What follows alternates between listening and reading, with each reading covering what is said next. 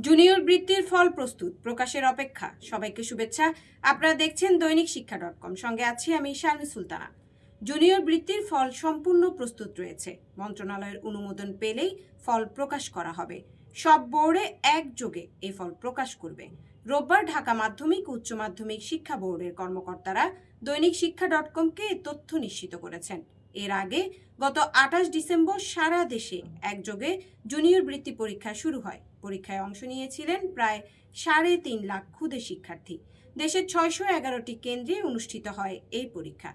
পরীক্ষা শেষে উত্তরপত্র মূল্যায়ন শেষ হয়েছে। এবার ফল প্রকাশের অপেক্ষা। ইতোমধ্যে ফল প্রস্তুত করা হয়েছে। শিক্ষা মন্ত্রণালয়ের অনুমোদনের অপেক্ষায় রয়েছে। বিস্তারিত দেখতে পাবেন শিক্ষা বিষয়ক দেশের একমাত্র পূর্ণাঙ্গ ডিজিটাল পত্রিকা দৈনিক শিক্ষা.com-এ। ধন্যবাদ সবাইকে।